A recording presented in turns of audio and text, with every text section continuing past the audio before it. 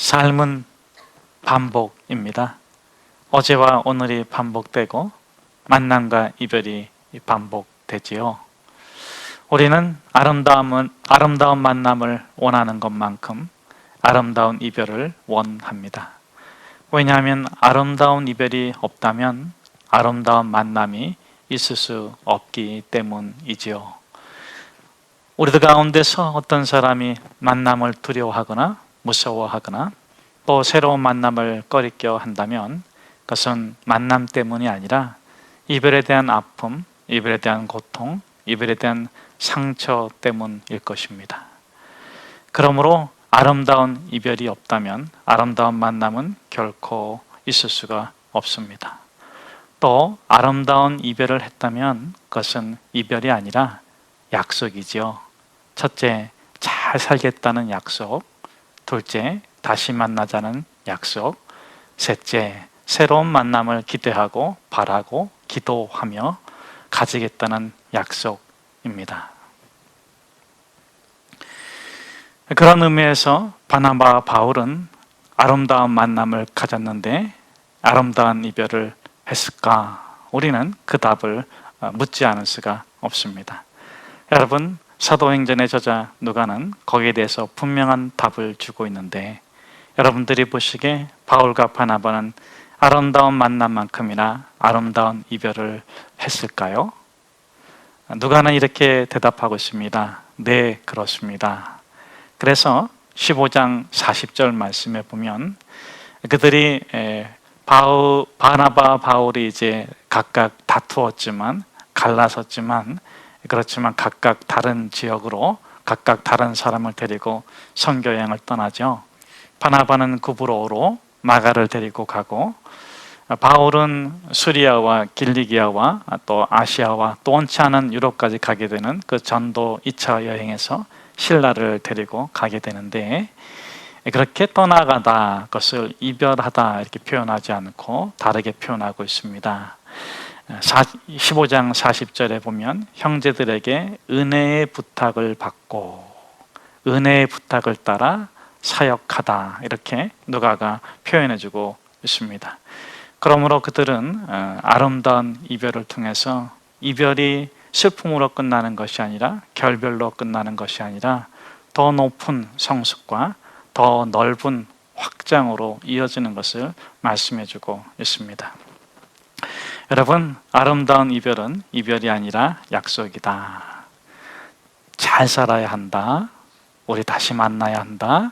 우리 새로운 만남을 통해서 더 우리의 비전을 잘 이뤄가야 한다. 그 약속이 다짐이 됩니다. 약속이 다짐이 되고 다짐이 반복이 되면 뭐가 될까요? 비록 몸으로는 떠나 있지만 마음으로는 동지가 되고 동역하게 됩니다. 그렇다면 바울과 바나바는 아름다운 이별을 통해서 물리적인 이별을 거룩한 만남으로 영적인 동역으로 승화시켰는가? 네, 그렇습니다. 그것은 고린도전서 9장 3절, 4절, 5절, 6절, 7절 그리고 12절에 나오고 있는데요. 고린도 교회는 어떻게 탄생하게 되었죠? 이렇게 이제 바울과 바나바가 2차 선교 여행을 떠나서 바나바는 배를 타고 구브로로 가고 바울은 육로를 따라서 거꾸로 수리아, 길리기아, 아시아로 갑니다. 그런데 성령님께서 자꾸 막으셔서 드로아에서 마게도냐인의 한상을 보고 빌립보로 넘어가고 그리고 빌립보에서 이 고린도를 거쳐가지고 다시 예루살렘으로 돌아오게 됩니다. 자, 그래서 이 고린도가 거기에 있는데 고린도 9장에 보면 이 바울이 자기를 변호해야 되는 상황을 설명해주고 있어요. 여러분, 바울은 결혼을 못했어요. 그런데 절대 결혼 못한 게 아닙니다. 결혼을 안 한 거예요. 그런데 사람들은 자꾸 못했다고 합니다. 자, 이 바울이 고린도 교회에서 겪었던 문제를 얘기하면서 고린도서에서 자신이 겪은 문제를 얘기하는데 사도 바울이 겪은 문제는 사도권의 위기에 봉착하게 됩니다. 사도 바울이 정말 복음적으로 선교를 잘하자 그를 시기하고 질투하던 사람들이 그 사도권을 문제 삼습니다. 그리고 그 두 가지를 얘기하는데 그게 뭐냐면 그 험담을 하고 또 공격을 하는 거죠. 왜 베드로나 다른 사도들은 그 부름을 받은 영적인 부름을 받은 그의 아내들과 함께 다니는데 너는 왜 혼자 다니냐 이 얘기입니다. 두 번째로는 왜 사도들은 베드로나 다른 사도들은 교회의 사례를 받고 사역하는데 너는 왜 자비량으로 하냐 하는 것입니다. 거기에 대한 명쾌한 답을 내놓지 않으면 불필요한 이유 때문에 불편한 일을 겪을 뿐만 아니라 자신이 원치 않는 불행한 결과를 초래해야 되는 그런 위기에 봉착해 있을 때 이 사도 바울이 다짐해서 마음의 동지가 된 바나바를 내세워서 자신을 변호하고 있는 것을 우리가 보게 됩니다. 제가 한번 읽어드릴게요. 어떻게 이 바울이 바나바라와 자기를 동지로 삼고 자신을 변호하는 동역자로 활용하고 있는지 제가 한번 이렇게 읽어드리겠습니다. 고린도전서 9장 3절인데 나를 비판하는 자들에게 변명할 것이 이것이니 이렇게 이것이니 하면서 그 다음부터는 계속 우리가 나오는데 그것은 바나바와 바울 자신을 말하는 것입니다. 4절은 이렇게 되어 있어요. 우리가 먹고 마실 권리가 없겠느냐. 야, 니네는 왜 이렇게 힘들게 일을 하냐. 너는 왜 이렇게 어렵게 일을 하냐? 우리가 먹고 마실 권리가 없겠느냐? 5절 우리가 다른 사도들과 주의 형제들과 게바와 같이, 여기서 게바는 시몬 베드로죠, 믿음에 자매된 아내를 데리고 다닐 권리가 없겠느냐? 다들 이렇게 부부로 다니는데 바울은 이제 혼자다 이거죠. 근데 바울은 이렇게 말하는 게 난 혼자가 아니다. 바나바가 있다. 6절입니다. 어찌 나와 바나바만 일하지 아니할 권리가 없겠느냐. 쉬지도 않고 일을 해요. 왜 너 쉬지도 않고 일을 하냐. 오히려 복음을 위해서 더 큰 희생과 수고를 기쁨으로 감당하고 있는 그 바울을 주변의 사람들은 시기와 질투로 오히려 그것을 공격하는 거예요. 너는 왜 너 아내와 함께 다니지 않냐? 너는 왜 사례를 그렇게 안 받냐? 너는 왜 그렇게 쉬지도 않고 일을 하냐? 그런데 바울은 그것이 복음을 더 잘 드러내기 위해서, 그래서 바울은 다짐하고 다짐합니다. 무엇을요? 약속을 다짐하고 반복했더니 그 이별이 아니고 마음의 동지가 되고 동역자가 될 뿐만 아니라 현실의 어려움도 함께 극복할 수 있는 힘이 되었다 하는 것입니다. 사랑하는 여러분, 저는 저와 여러분이 은혜의 부탁을 받고 만나고 은혜의 부탁을 받고 헤어지길 축복합니다. 만나면 은혜를 나누고 서로 은혜 체험을 하고, 헤어지면 우리 가운데 있는 은혜만 전하는 저와 여러분 되기를 주의 이름으로 축복합니다. 자,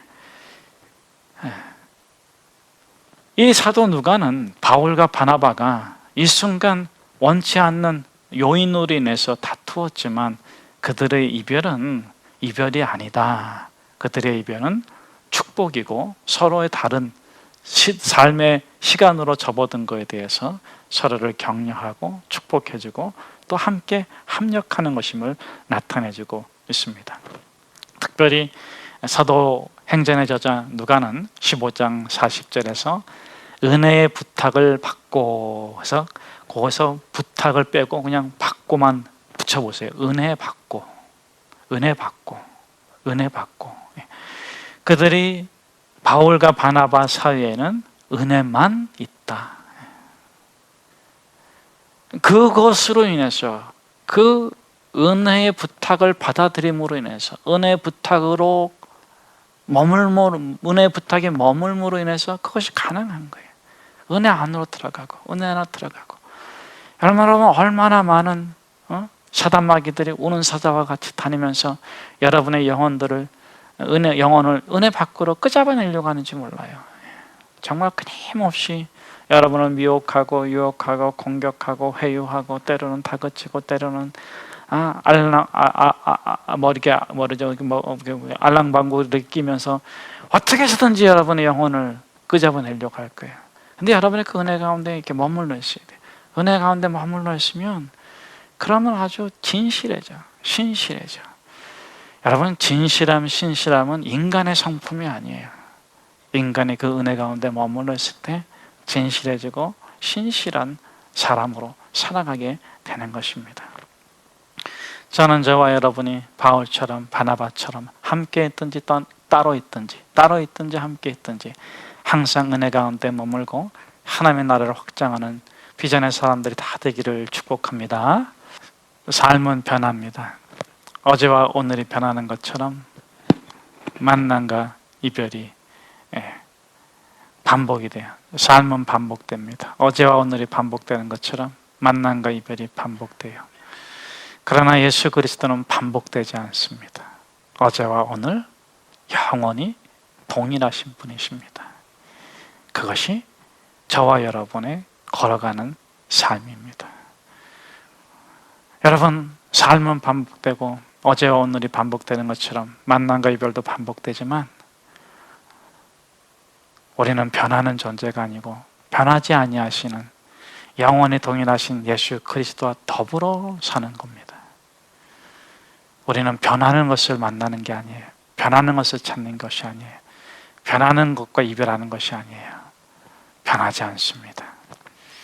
이 사도 바울이 다시 돌아가기로 한 이유가 무엇입니까? 1차 선교 여행을 했던 곳으로 다시 돌아가기로 한 것은 뭐냐면 어제와 오늘 동일한 복음을 만나기 위해서. 과연 거기에 복음이 있을까? 과연 거기에 참된 생명이 있을까? 과연 거기에 반복되고 헛되고 거짓되고 망령된 그런 허탄한 신화들로 가득 차 있던 그 세상에 예수의 복음을 전했는데 과연 거기에 어제와 오늘 동일한 생명이 있을까? 하고 갔더니 여러분, 놀라지 마세요. 아니, 놀라주세요. 거기에 복음이 풍성해. 누가는 이제 41절에서는 수리아, 길리기아 이렇게 표현했는데 수리아하고 길리기아는 예루살렘에서 입장해 보면 수리아가 위에 있고 수리아 위에 길리기아 지방이 있어요. 그 길리기아 지방 안에 더베 이런 로스드라, 이고니온, 그다음에 거기 비시디아, 갈라디아, 비시디아 안디옥에 있는 그 갈라디아 지방, 거기 다음에 이제 에베소가 있는 아시아, 그다음에 빌립보가 있는 로마, 이렇게 그 큰 지역 이름인데 여러분 1차 전도 여행 때는 수리아나 길리기아라는 이름이 없었잖아요. 그런데 거기 교회들이 생겼어 벌써. 여러분, 사람이 복음을 전하면 생명이 있는 거예요. 생명. 내가 복음의 일을 했는가, 내가 생명의 일을 했는가를 딱 보면 알아. 내가 복음을 전했는가, 내 자랑을 전했는가 딱 보면 알아. 생명이 있으면 내가 복음의 일을 했구나. 상처가 있으면 내가 사람 짓거리만 하고 말았구나, 이거요. 믿는다, 이건 뭡니까?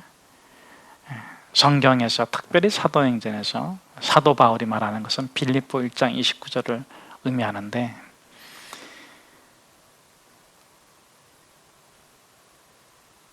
새벽 예배 잘 들으신 분들은 빌립보 1장 29절 이미 다 외웠죠.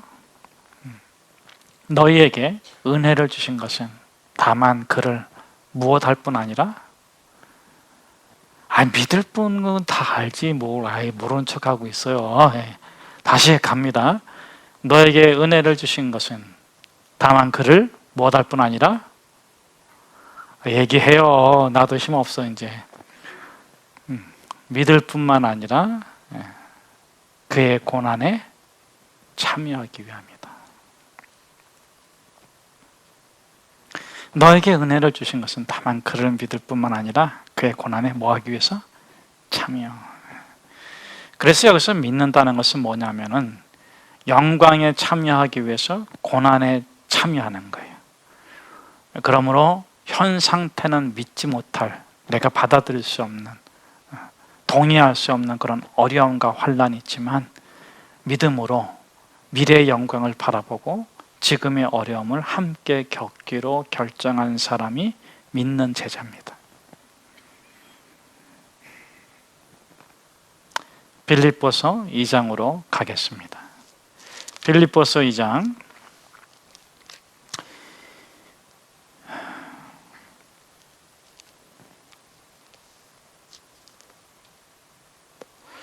19절에서부터 제가 몇 절 말씀을 읽어드릴 테니까 여러분이 한번 들어보세요. 이 빌립보 성도들에게 바울이 감옥에서 편지를 보냈는데 빌립보가 지금 어려움을 겪고 있어요. 어떤 어려움입니까? 다툼으로 복음을 전파하는 사람들 때문에 힘들어. 그들이 자꾸 헛된 말, 망령된 신화를 퍼뜨려 다니니까 너무 힘들어. 복음 플러스 알파를 자꾸 주장하니까 힘들어. 영지주의가 들어오고 그래서 그노시즘이 들어오고 그래서 너무 힘들어. 자, 그래서 이 바울이 편지를 보내면서 이렇게 말을 해요. 19절입니다. 내가 디모데를 속히 너에게 보내기를 주 안에서 바람은 너희의 사정을 알므로 안위를 받으려 함이니. 그 다음이 중요하죠. 20절. 디모데가 나랑 같이 있는데 너한테 보내고 싶다. 너희한테 보내고 싶다. 너희 사정을 디모데를 통해서 알게 되면 내가 좀 안심이 될 것 같다. 뭐 이런 얘기입니다. 그럼 왜 디모데를 보내냐? 20절 말씀이 중요한데, 이는 뜻을 같이 하여 너희 사정을 진실히 생각할 자가 이밖에 내게 없습니다. 여러분, 바울 주변에 얼마나 사람이 많겠어요. 바울이 그 당시에 정말 리더인데 감옥에 있다 할지라도 그렇죠? 그런데 강조해서 말하는 거겠죠. 또 다른 사람들이 있겠지만 이밖에 없다. 이 디모데밖에 내게 없는데, 이 디모데가 어떤 사람이냐면 뜻을 같이 하여 너희 사정을 진실히 생각할 자, 뜻을 같이 하여 영광을 위하여 너희 사정을, 지금 어려운 형편을 진실히 자기의 아픔으로 여기면서 함께 극복하고자 하는 사람이 디모데밖에 없다. 그게 제자입니다. 그게 믿는 제자입니다. 여러분, 여러분이 무엇인가를 기도하고 하나님의 축복으로 이룬 것이 있으면 그 이룬 것에 10년 전을 돌아가 보세요. 그때 여러분은 미안하지만 정말 망신창이가 되어가지고 막 울고 있었을 거예요.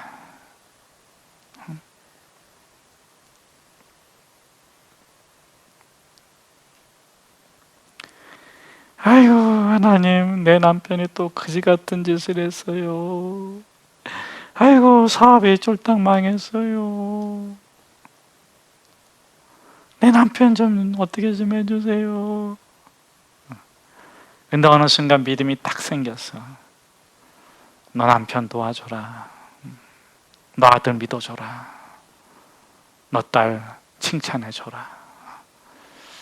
너 괴롭히는 그 직장 상사, 그 직장 부하, 너가 너그럽게 대해줘라. 너의 인생은 내가 책임질게. 그 믿음이 딱 생겼어.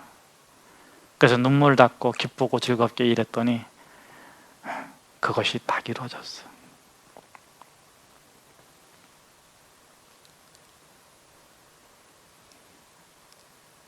장래의 영광을 위하여, 부활을 위하여 십자가를 질 자가 누구인가? 그게 제자예요.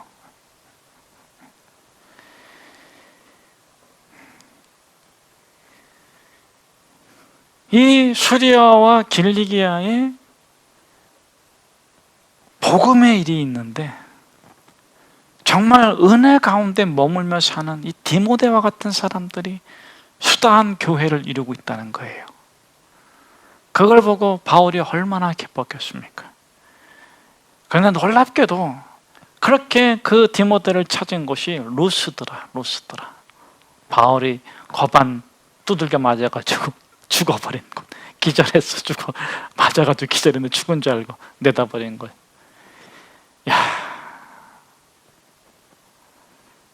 정말 복음의 일을 했구나. 내가 정말 복음의 일을 했구나. 그때 이 바울의 기쁨이 얼마나 컸겠습니까? 그 바울의 기쁨을 이루 말로 다 할 수 없었을 거예요.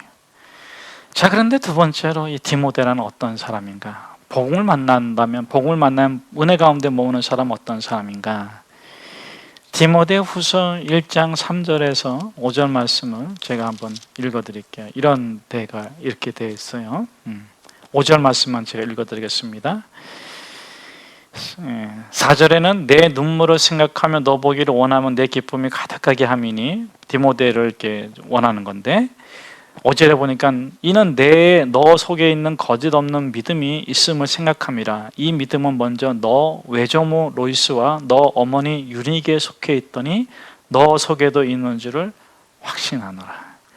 여러분, 여기서 보는 게 뭡니까? 우리는 두 가지를 봐야 돼요. 하나는 믿음의 가문이었구나, 이걸 봐야 되는데, 또 한 가지는 얼마나 고생했을까. 이 디모데의 어린 시절은 정말 비참했겠구나, 이걸 봐야 돼. 왜냐하면 그 당시에는 과부는 제일 가난한 사람들이에요. 오늘 본문에서는 믿는 유대인 어머니를 소개하는데 헬라인에게는 믿는이라는 단어가 없어. 아버지는 헬라인인데 믿는 단어가 없어. 그러니까 과부의 딸, 그 과부의 딸하고 결혼한 헬라인이 누군지는 모르겠는데, 알죠, 디모데 아버지. 그 가족을 어떻게 대했을까?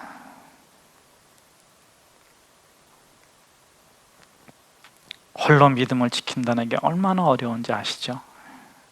우리 그런 분들 막 칭찬해줘야 돼. 그런데 이 디모데에게는 진실하다, 신실하다, 참되다, 이런 표현이 있어요. 그 마음에 상처가 없다. 여러분 마음속에 상처였으면 그거는 십자가 앞에서 해결합시다.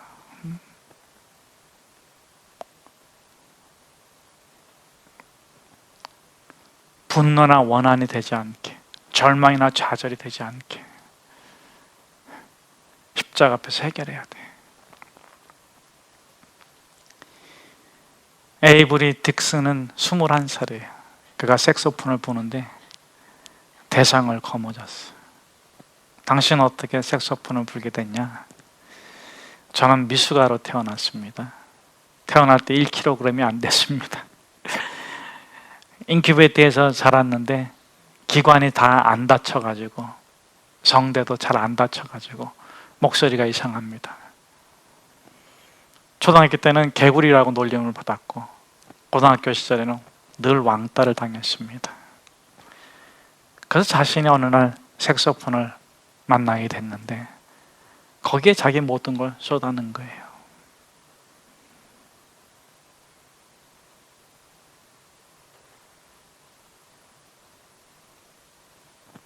자신의 지나온 삶의 아픔들이 다 녹아져 내린 거예요. 여러분, 우리가 예수 만나고 진리 만나고 소명 만나고 은혜 가운데 머물 때 우리가 그런 일을 겪는 거예요. 우리가 진실되고 우리가 참되고 우리가 의롭 수가 없습니다. 은혜가 자꾸 우리를 녹여주고 우리의 엉덩이를 풀어주고 아픔을 풀어주고 괴로움을 풀어줄 때 우리가 참으로 우리가 자유를 누리는 거예요. 그 4절에서 할례 받자고 하니까 받잖아요. 22살짜리인데 복음 외에는 묶이질 않아. 은혜 외에는 묶이질 않아. 저는 저와 여러분이 자유를 누리길 축복합니다. 그리고 여러분이 받은 그 소명, 그 은혜 가운데 여러분의 모든 생애를 몰아넣고 올인해서 모든 것이 아름다운 사람이 되기를 축복합니다.